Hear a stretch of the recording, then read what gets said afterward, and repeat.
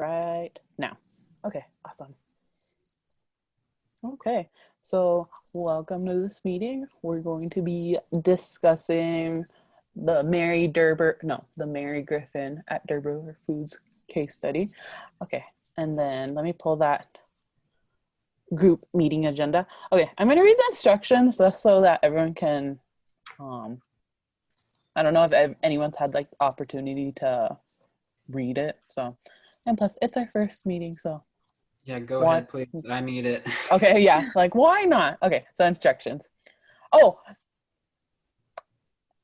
before I do that, it's just to invite someone to offer a word of prayer. So who wants to pray?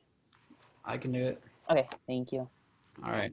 Dear Heavenly Father, we're thankful for this day. We're thankful for the chance that we have to meet as a group and discuss the case study that we had for this week and to share our ideas and thoughts. And we're thankful for the opportunity that we have to study, and especially to study online in these times with coronavirus and all that's going on.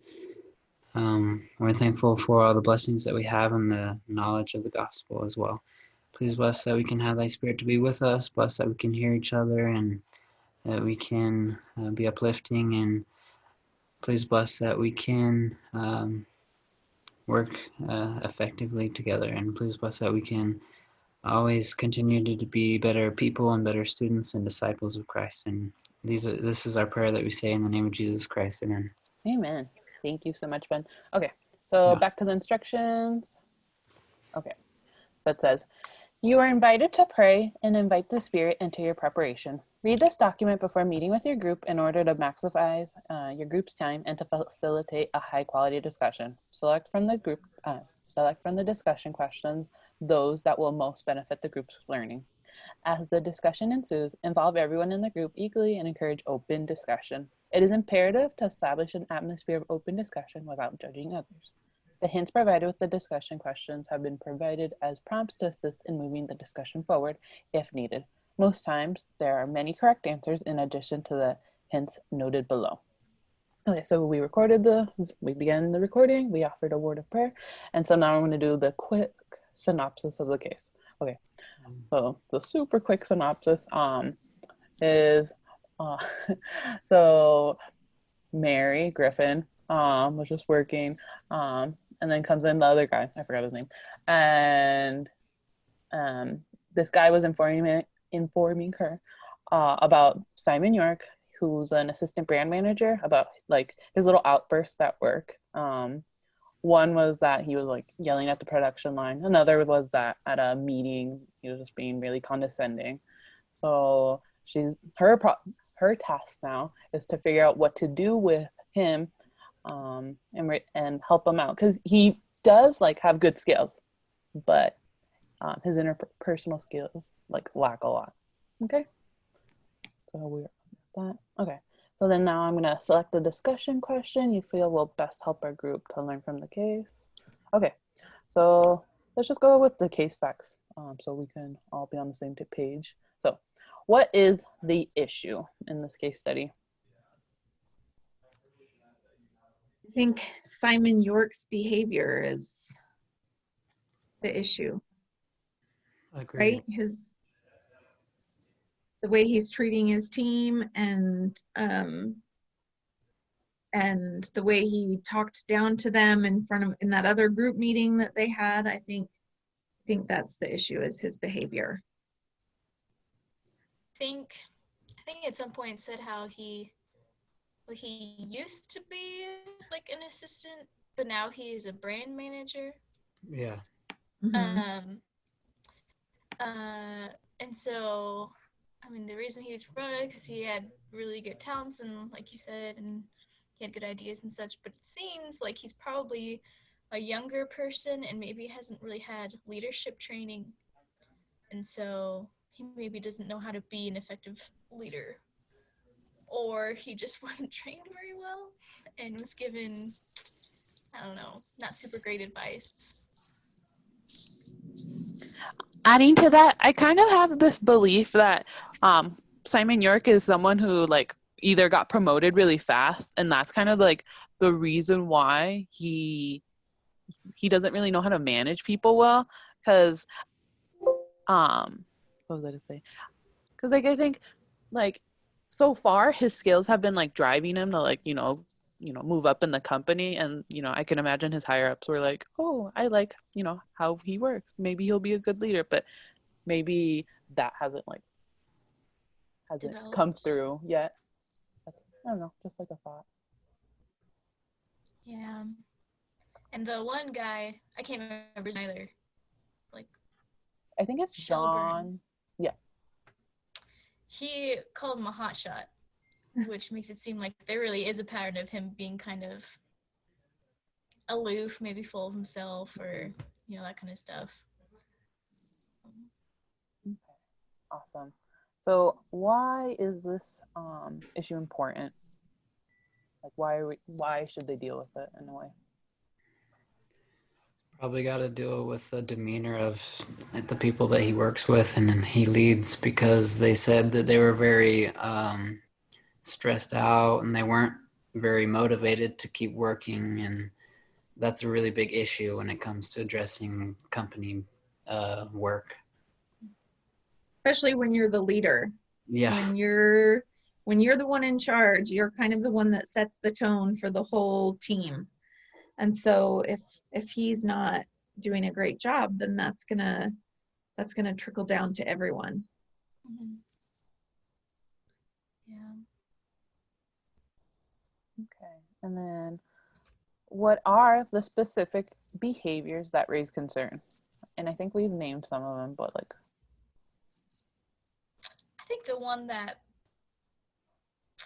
I don't know, he overall doesn't seem super great, but the one that really bothers me was how he like brutally reprimanded his team in front of a lot of people, and like that's not okay. Like, yeah, you can be upset, and it sounds like it wasn't even really that big of a deal. He seemed to have picked up and moved on, and like everything was great, but he kind of made it a big deal and like really hurt his team and lowered morale probably pretty significantly.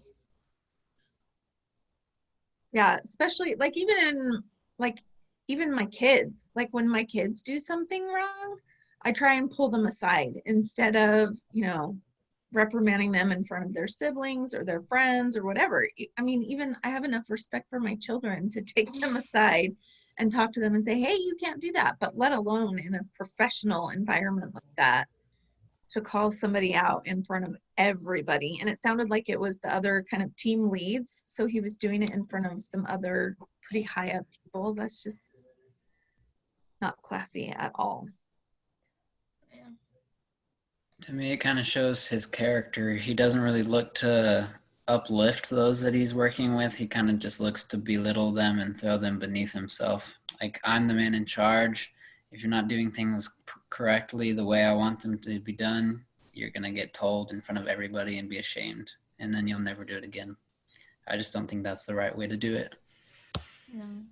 and like Yeah. it's I don't know. And to add to that, like I don't know, while reading that case study, I like really felt for his his teammates, because they're just trying their hardest, and it was just one. I mean, it was a mistake, but it wasn't like the world's it wasn't a world ending mistake. And I felt like instead of just letting it go, or he kept like highlighting it and highlighting it, and I was just like, no, let it go, like while I was reading it.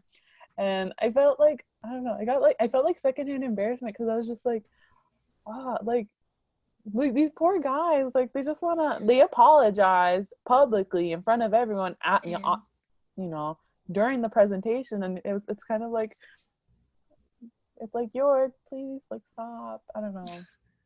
and then I noticed in the case study, it was talking about how at the end of the presentation, everyone was like really excited. I mean, excluding the team, the people who were presented, I guess, this presentation were excited, and no one was like, oh, they made a mistake. No, everyone just was excited for the next big thing. And his team, like all, like how you guys mentioned, were just like all sad, and I think they were like looking down or something, it said. Yeah. And it's like, like I can imagine, I personally haven't been there, but if the higher ups are like pretty excited and happy, and with the presentation, you'd think you'd be happy and excited, but considering that that was their expression, it says a lot. Yeah. And I'm always of the opinion that if you're a leader of something and a mistake happens, you take responsibility for it. Like, either you take responsibility for it, like oversights, like you should have gone through everything, made sure that you were prepared because you're the leader, or you trust your team enough that if there is a mistake, you're not going to just, berate them. You're going to trust them, you're going to work together. But he just blamed everybody else, even with the production team. Like, the production team, it's not their fault that they're printing something that was given to them. They're just doing their job. But he went and yelled at them for making a bad product. But that's not, that's not their problem. That's not their fault. And then he just blamed everybody else. And then I also remember when Griffin was like scheduling the meeting, like to help him improve with York. She went through, I guess, like his secretary, if I'm remembering correctly. And one thing that like caught my eye from the case study was like the way that secretary like didn't tell him like what was going to be happening in like their one-on-one. She kind of like missed, like on purpose, she was like evasively like telling him like, oh, this is what you're going to be doing, instead of going to the point. And it might not be like the biggest thing, but it kind of made me think like, if his own secretary is like not being direct with him, like what type of guy is this guy? I don't know. Was it not Griffin's secretary that marked the meeting? Yeah, I'm trying to... Oh, okay. Sorry. Apologies. Like, because being vague at that point is probably the safest thing, because if you say, oh, you have some like demeanors here for your attitude, we want to meet, then he'd go in all kind of like sketchy, Yeah, it was Griffin's. Yeah, I think it was Griffin's Okay. secretary that said it. I just looked at it real quick. It does say that he was like saying, oh great, like prove myself more. He had no clue Yeah. that he had done anything wrong. So Okay, awesome. Okay, so then we'll go to the culture at Derby Foods. Okay, so what do you believe is the culture at Derby Foods? well, like you brought up I was thinking about this when he said the other brand managers were super excited about the things he had presented, and that there didn't really seem to be any, I guess, like, they didn't seem to catch that his team was looking down. Mayor Griffin caught it, but the atmosphere of the room made it sound like nobody cared that his team had been reprimanded and that they were feeling sorry. They were just excited about the product. And so I wonder if maybe the brand marketing teams, the several different teams, are maybe all kind of like that. If it didn't seem to bug anybody that he said those things, that's not super great. But Mary noticed it. Yeah, Mary she did, noticed which is it at the good. meeting. but she didn't. So, sorry, go ahead, Ben. I was just gonna say she didn't say anything, so that's interesting. Yeah, that's true. She did say she hoped it was just like a singular event. But then when Shelburne came and said that he exploded again, she's like, okay, this is serious. So It seems like a lack of responsibility within the culture itself.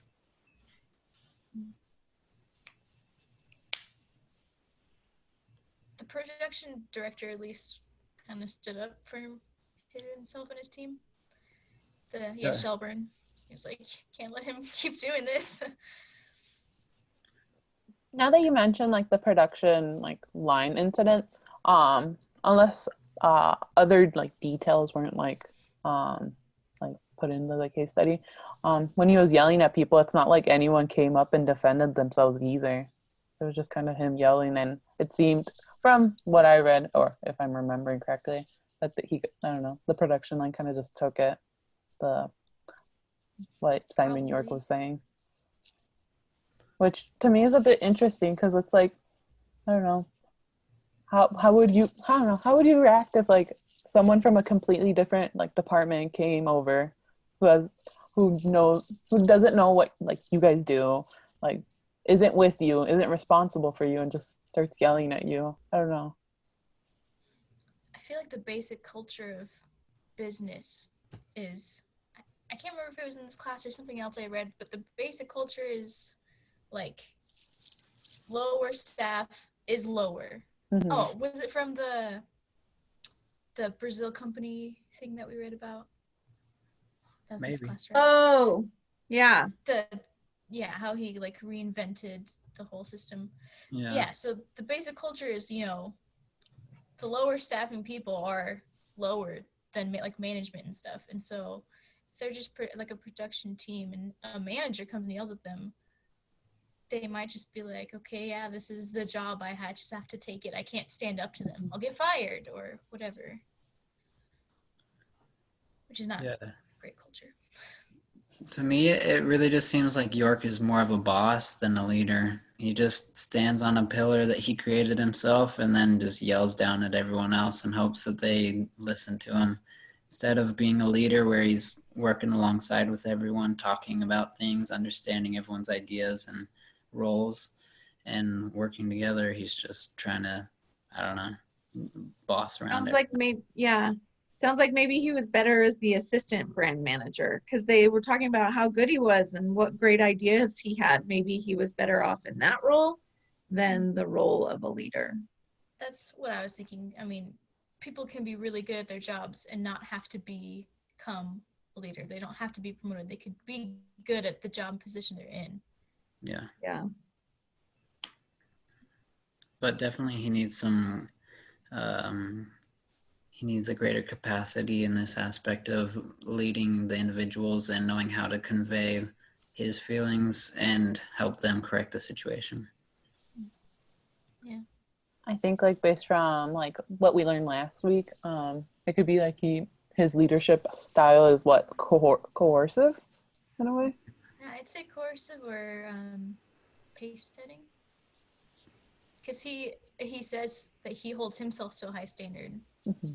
and then expects others to follow that. Okay. But he is not super great at that. No, he isn't. Okay. So that was the culture at Derby Foods, and then okay. So it's gonna be a little bit. Sorry, I'm gonna hop a little bit. So, what would you recommend to maintain, change, or build on the existing culture? I think Mary's taken the first step, right? She's going to talk to him. She's going to pull him in and have a little chat with him. So I think that's maybe the first step that needs to happen, is that he needs to know that it's not okay. He needs some actual training, maybe. Yeah. Mm-hmm. Yeah, I think it definitely has to start from on high. It's like rain, it falls from up above and then makes its way down. And so like if you want to be able to change problems that you're having with just a brand manager, the CEO and the other board of directors, they all have to start noticing this themselves and take charge and lead it by example, and then teach others to be able to correct that themselves. I think for sure she needs, like with this meeting, she needs to do the things like in the PowerPoint that we had to read about Mm-hmm. how to give constructive criticism. She seems like she's somebody that's probably good at that, not somebody that's going to blow up herself. But I think it definitely is important to lead by example, especially if it's somebody that wants to become, I'm assuming he's probably the kind of person that wants to continue to rise in ranks in the company. And if he sees and realizes this is how the people above him act, maybe he'll learn to act that way as well. Okay.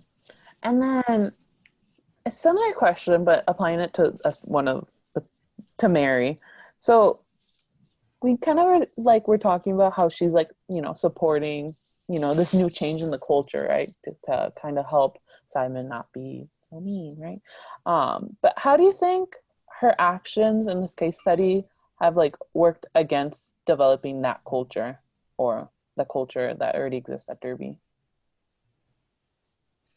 Well, I think that she should have pulled him aside after that first incident where he demeaned his team in front of everybody. I think that was her first mistake right there. She should have pulled him aside after the meeting, said, hey, I know you're new at this. I know you feel a lot of pressure, whatever, but whatever you're feeling was not okay what you did in there. You need to learn how to control your emotions better, maybe take your team aside. He could have just, I apologize for the mistake and moved on, and she could have told him that. So I think that's her first problem right there. Yeah, and then just adding on to what you're saying is what it said in the PowerPoint from the Harvard thing. It said that time is one of the caveats to efficiency and success in criticism. And so if she were to have addressed the issue immediately right after it happened, it'd be fresh on his mind, and he'd be more willing to listen and susceptible to change. Whereas if time passes, like a few months ago you had this issue, you could just shrug it off and then, or even forget really how intense that moment could have been for someone. Yeah, I agree with that. Like, if the consequences aren't like immediate, they're not gonna matter, because he's like, well, it took you how many months for you to finally like punish me? I'm gonna do. For him, it's gonna reinforce that behavior that I can do whatever I want because nothing's gonna happen to me. And since nothing's gonna happen to me, I have no incentive to change. Yeah. Even probably, yeah, if it's been a while since that meeting, he's probably been like, yeah, I did the right thing. I'm a good leader, but that's not the truth. Yeah, and it makes me think like, and if like he's gonna be like, yeah, I'm a good leader, it's gonna, instead of steering him into this direction that, positive direction, that's like, oh, someone who uplifts their, the people underneath, someone who like, I don't know, builds the culture, it's gonna be do the opposite, I think. And then he's gonna end up just hurting Derby, if for however long he stays, in the long run. Okay, and then since we're talking about him already, how do you think Simon is supporting the culture? Like, how is he like positively helping the culture at Derby? Is he though? He has good ideas and he gets good partnerships, Yeah. which will help He has high production and standards. profit. Yeah. He has high standards, so that's good. Like, he just needs to learn how to, get those standards in a better, more efficient way. But that's always good. You always want somebody on your team that has high standards and that's willing to get what they want. If I'm remembering correctly, I think it was due to some of his work and his like social media marketing that he helped like revamp Derby Foods after like however long. So I'm like adding to you guys. He does have good ideas. It's just it kind of stops there. That's what makes me think that he should stay where he was. Yeah, maybe like not so much be like, I'm going on a tangent, but it's like not so much be a leader, but be a member that like kind of just contributes, gives ideas, and have someone else kind of tame them. I don't know. Well, even just like assistant manager is still a leadership position, but it's not the top one. Mm-hmm.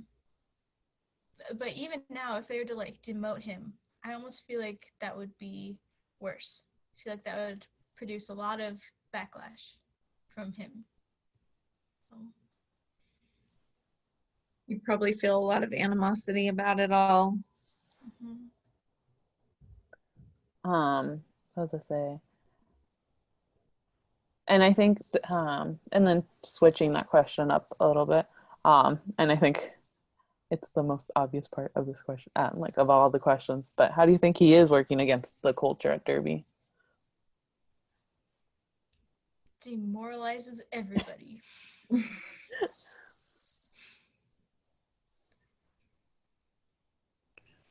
Yeah, just not a good team player, team leader. I don't know how else to say it that we haven't already said, but Yeah. Ben, you look like you're thinking. I mean, I just think his attitude was incorrect, but I don't think that disqualifies him as able to fulfill the position he was called to serve. Because I think of the quote by, I think it was Thomas S. Monson, he says that the Lord doesn't always call those who are qualified, but those that are called are always qualified by him. And so I just think this is a wonderful opportunity for him to fulfill a larger capacity, and there's a lot to learn with that, and there's definitely room for him to grow, and it should be their responsibility to teach him all these things that we're talking about. I agree 100% with you. And honestly, like, who hasn't made a mistake at work? Like, I know I have a million times. Never. Sorry, we can't all be like Ben. But in my case study, at least in my thesis, I argued for him to be taught, for him to be coached, and for Mary to guide him. Because I don't think, because in the grand scheme of things, like those two incidents, well, I don't know how many more. The case study only, wrote the two. But if at minimum there was two incidents, I feel like he still has the opportunity to change, to grow. And he was, it's not like he's been a leader for that long. So I know, at least in my case study, I argued that no, he can learn, he can be better. It's just up to Mary to kind of, and for him to change. That he can be that person. His leadership skills can be as great as his, like, the ideas that come out of his head. Yeah, this is a great chance that we have to use what we learned from the presentation about the constructive criticism. And one of the things that said were most important were that we address the issue being done by the person and like leave it irrelevant from the personal like state of being of that person or of your own. And so I just think like just because you did a problem doesn't mean we should attack the person. We got to attack the problem, and we're seeing that here together. That's cool. So that leads it perfectly to the next question. So how should Mary approach the discussion? I think for the case study thing, I referred back to the PowerPoint presentation. She needs to make sure that she uses the facts and not, doesn't say, when you did this, that made you a terrible person and stuff like that. She needs to stick with the facts. And actually, I suggested something that wasn't in the PowerPoint presentation, but I felt like she should start with the positive, start with all the things that he's done and kind of like, I don't know, make it a comfortable atmosphere, not come in, sit down, you're in trouble. Like when I called my son in, Grant, I need to talk to you. He's like, oh gosh, what did I do now? So like sometimes I need to work on that as a mom. I need to do better at telling my kids what they've been doing right, what they've been doing awesome before I sort of say, no, your dishes last night sucked. So can you go do them again? But I mean, so I think that if she would have done that and then again stuck to what he actually did wrong and not make it seem like he was a terrible person, just that he needed to address these issues, and then for her to teach him how.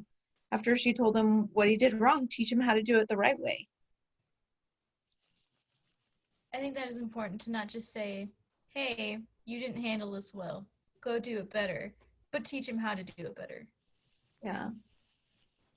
I really like the part about collaborative exploration. Like the two of them discuss what they can do to help each other with whatever needs to be changed. And that the ideas would be thought-provoking that way so that he can think that whatever he decides to end up doing is from his own like idea. Like he supported that. It's not something being shoved down his throat that he has to do. So it makes it a lot more personal, the change that's going to come about.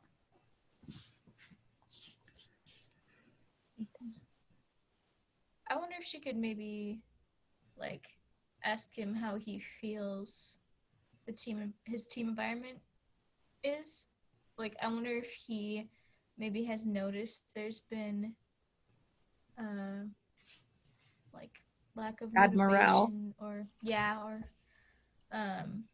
see if he notices anything to kind of build on that, see if it can lead into him discovering what needs to be done. So if you were her and he were to say that he was oblivious, then what would we do? Then maybe give examples of things that she, as the, what is she? CFO? Vice president? Vice president, I think. Yeah. And then also what other, directors, managers have noticed. She could just tell him that she noticed that his team was kind of embarrassed and they were looking down and they were shuffling their feet or whatever it said. And she could point that out to him. And, he was up front, so I'm sure he didn't notice. I don't know. I always get nervous when I have to speak in front of people. So just, I'm sure you didn't notice this, but your team, you could tell they were embarrassed by what you said. Just point it out in the kindest way possible, I guess.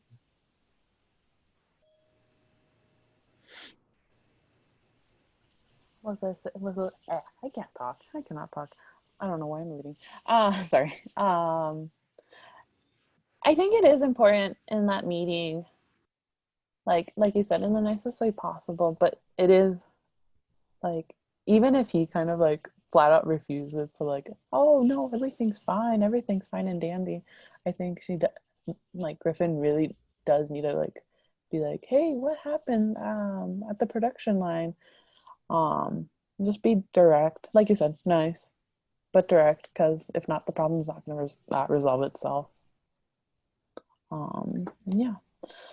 And then, do you guys know of any other effective methods Mary can use to make this discussion productive?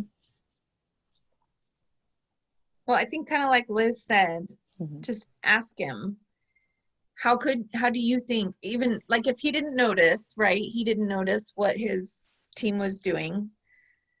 And so after she told him, then she could ask him, also going along with what Ben said, how do you think you could have handled it differently? So that it was, like Ben said, him coming up with the ideas instead of just being told what he should have done differently.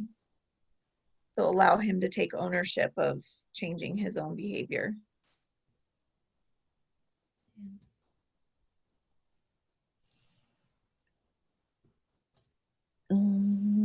There were some tips in the PowerPoint that said that if you were to show and acknowledge your hesitations, that would help kind of break the ice and like put y'all on the same playing field. That way that you can show that there's weakness in you as well, as the higher up of the person that has the problem, so that they don't just feel like, oh, my boss is getting on to me, but more like equals.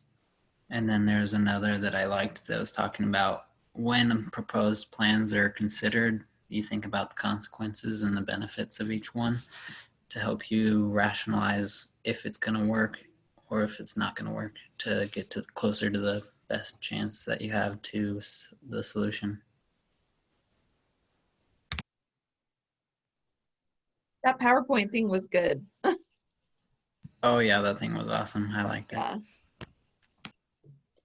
It makes me wish I would have, like, I don't know, had that PowerPoint like earlier in my life when, I don't know, in like previous situations, because I feel like just, I don't know, it just states things like so, I don't know, just in a way that's just like, it's easy to like to apply to yourself, and it's just like, I don't know, it makes yourself be a better worker, better leader. And I'm just like cringing at all the moments I could have used this PowerPoint, but that's neither here or there. But one part of the PowerPoint that I don't know if I'm saying it right, is that, for York to accept Griffin's like advice or whatever coaching, it states like feedback is more likely to be internalized when the giver adopts like the above intention. So like Ben was saying, and then the receiver assumes the giver has the above intention. So I feel like Griffin obviously needs to not mimic York's like previous behavior. I don't, not that I think she would, but um, just come in sincere and hopefully York will reciprocate, and then learn from that little talk between them two. Yeah, you definitely got to keep it real. You got to show that what you're saying is real to you, and so if it's real to you as the leader, it's real to that person as well. You can't be a hypocrite and say you got to change, you got to be like this when you yourself aren't like that. So you definitely have to involve those principles as well. Thing that she could use, which is what Dana said, but something else that she could teach York to do himself to kind of maybe repair damages that have been done is like the first or third or whatever slide says catch people doing something right, give positive feedback for good things, right? So she can start saying that to him, but also suggest to him that he can do that to his team. So like his assistant manager that made the slideshow that had one mistake, instead of just only berating him and only focusing on the one little mistake, say, hey, the rest of it was really well put together. Thank you for doing that, that kind of stuff.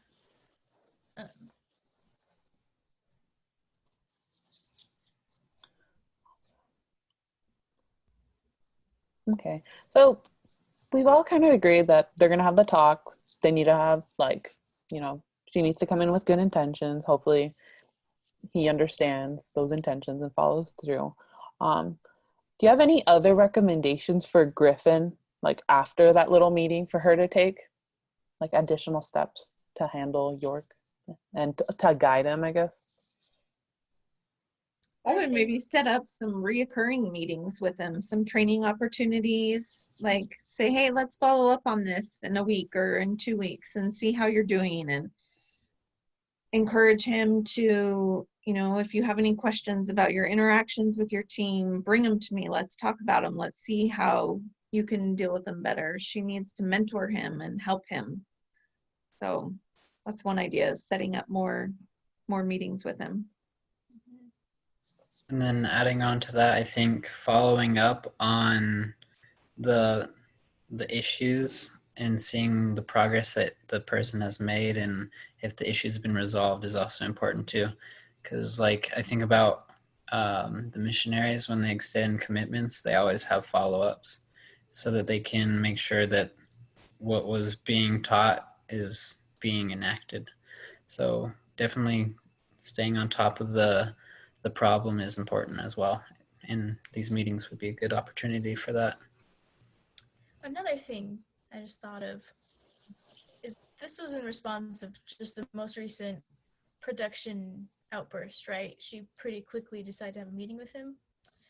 I think also she addresses that maybe there was an actual problem with how production was doing the logo or whatever it was, and to assure him that everything is okay as far as that goes. Like, it'll be fixed. We'll work with with people.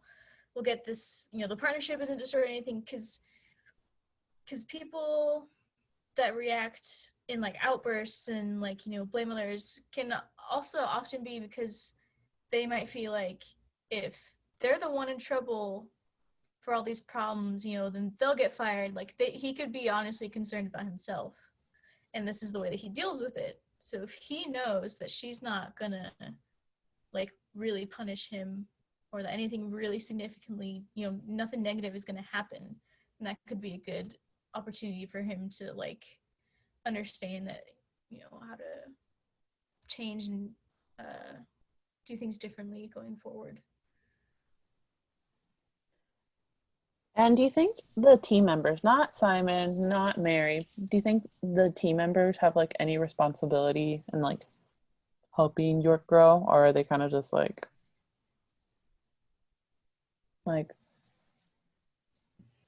would it be wise to like for Mary to like go to them to his team members and be like, is he like actually improving or not? I didn't say it as like as good as I should, but. No, it's okay. I think that it's like the scripture in Doctrine and Covenants that says you can't cast pearls before swines. So if your leader is not, he doesn't have an open heart and open mind to change, and you try to address him about some of the issues going on, he'll like disregard it altogether or make things worse. So I don't know. It's kind of hard in that respect. I think, and it'll depend on how everything is going, but I think one thing that York does need to improve on is that he shouldn't have gone and yelled at the production team. He should have gone and talked to the director of production to figure out the issue.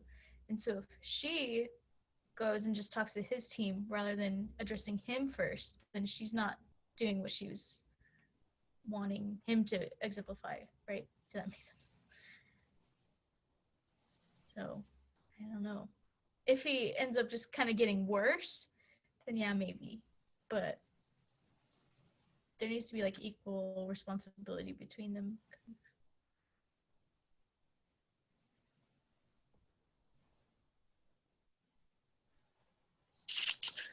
Yeah, I don't know. For me, I'm just like, sorry. My thought was, and I talked about it in my personal case study, was, I mean, he can only, only two scenarios can happen. He either improves or he doesn't. And that's kind of assuming, and bringing in the team members is assuming that he isn't getting better. And he's just kind of just like, I don't know, I guess would make it harder for everyone else. I don't know. So yeah. Anyways. Okay. So I think this is like coming a little bit out of the case study and into like everything we've learned up so far. So what principles, if any, from this lessons reading apply to this case? Like gospel principles or just... It doesn't say, but you know what? I mean, we're BYUI and yeah. Is this the class? Are we reading the 7 highly effective? Okay. Getting all my classes confused. Same. So sorry, ask the question again. Yeah, no problem. What principles, if any, from this lessons reading apply to this case?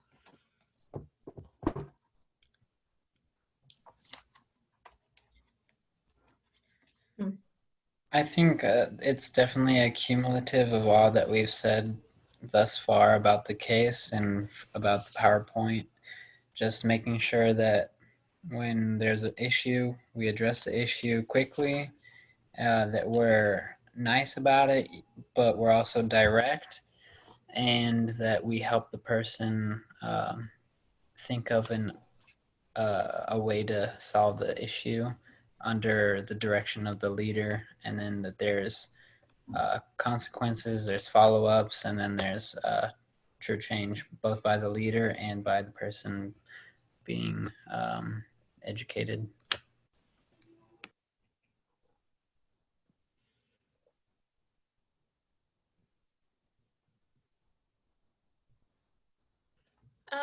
Well, from the book, I feel like he could implement the first habit, which instead of being reactive, to be proactive, to change the things you can change and not try to change things you can't, I guess. Not react to things that are happening, but instead go and find the things that you can change. If I'm remembering correctly from the book, it's because, it's the one thing that man can control. Like, you might be... Themselves, that's right. Yeah, because you might be thrown into whatever situation, into X circumstances with X factors, but at the end of the day, the one thing you can control out of that situation is how you decide to react. And he can choose to continue to alienate people, but at the end of the day, like you were saying, he can choose to be better, but it depends on him 100% at the end of the day. Yeah, and she can have him not look at his funeral, but look at like how he wants his team to be. Yeah. Like how do you want your team to operate? How do you, where do you see your team going? How do you see your team functioning? Like, how can we get there? How can we help you achieve your goals? And I don't know if that's really. Sorry. Go ahead. If you had a sick day, what do you want your team to act? Because he's not really dead, but he's gone. Yeah. Yeah, I think it has a lot to do with relationships. It's easier to lead people that you have a good relationship with, that you're friends with, that you feel like you can share your thoughts openly and freely. And building relationships with those that you lead will resolve a lot of issues that could come up if you didn't have that love for that person. And it doesn't have to be like love, mushy love, just like respect and appreciation, and then like mutual desire to succeed.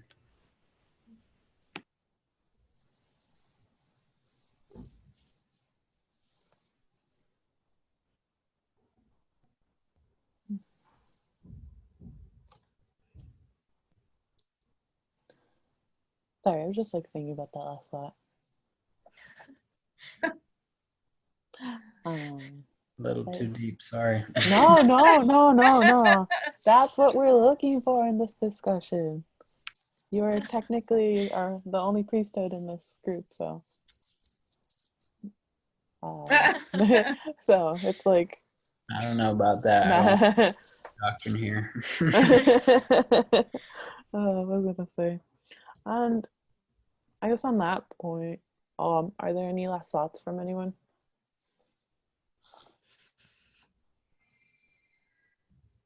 I think we covered it all. I learned a lot with you guys. It's been awesome. Awesome. I think one point, like you were the one that mentioned it originally, Ben, was that the purpose of this case study wasn't like to villainize Simon York, and that he can change, and hopefully he will change. I don't know, and it's my belief that it's like if he does, when he changes, because I don't know, I'm an optimist. He's going to be such a great tool for Derby. He's already brought so much success to that company. With some qualities clearly lacking. So I can't imagine how much better Derby's going to be once he becomes better. And I don't know. I hope, and I know they're like fictional characters, but I hope that Griffin can help, help York. Okay. Well, I guess we're going to close this discussion if nobody has anything to say. So awesome. So last comments. So thank you guys for your time and your participation. I think it's like around an hour, I think. So anyways, I guess before we conclude 100%,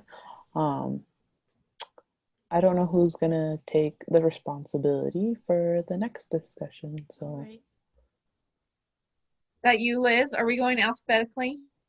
Sure. Is that okay? Yeah. Also, will the link be the same each week, or do we have to create one ourselves? I can like a reoccurring meeting? Can we do that? I think if a different person is hosting it. I just set up a reoccurring meeting for my marketing group because nobody else did it. And so I just set up a reoccurring one. So I know it can be done. I don't know. Yeah, I don't know. Next week, I'm going to be on a plane right now, I think. And so I don't know how that works with this class. If I have to see if I can find a different group to join next week. So I don't know. So I might not be here You next could week. try to accommodate. I mean, Yeah. Are you guys flexible? It's for me. It depends when, because of my internship. But I mean, tell me the time, and I can give you a yes or no. Okay, Yeah. I don't have my flight. I have my return flight home, but I don't have my flight out.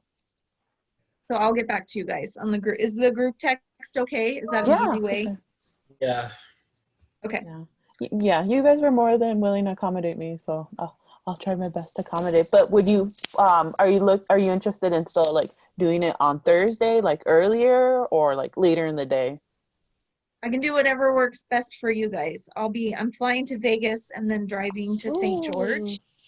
But my niece is getting married in Cedar City. So Party. yeah. Mhm. So the temple's open. She got a temple spot. Anyway, so what is your guys' schedule like? I can do it as soon as I land in the car. For me, as long as it's not, I think it's 3 p.m. I guess 4 p.m. Idaho time. I think besides that, like 1 hour in the day, I'm good. I'm good. That's when I have a meeting as well. So What I if, can't do it then. are you guys free Wednesday or was Thursday your only day? Wednesday's a no for me. I got crazy classes. Crazy classes. But on Thursday, I don't have anything besides this group meeting. Okay, so if I can just do it Thursday at a different time. Whatever Okay. works. Yeah. Okay, thanks you guys. I don't know why I don't have it on here, but I will find it and get back to you. Solid. Do we have to do anything as a group, like as a submission, or no? I think send this recording to all of us. Okay, I will. I'll send it through the Canvas email for now. If you guys send me guys' email, I don't know. I can't find that Google document where like everyone's information is. But I don't know. I'll most likely just use Canvas and I'll send it to you guys there. Okay. Yeah. All right. Awesome. Thanks, Okay. you guys. Well, yeah. Thank you everyone for this little discussion. Elizabeth is taking over next week, and yeah, can't wait to see you guys next week, I guess. Okay. All right. Okay. See y'all next week. Bye. Okay, bye. Bye. Okay. Stop.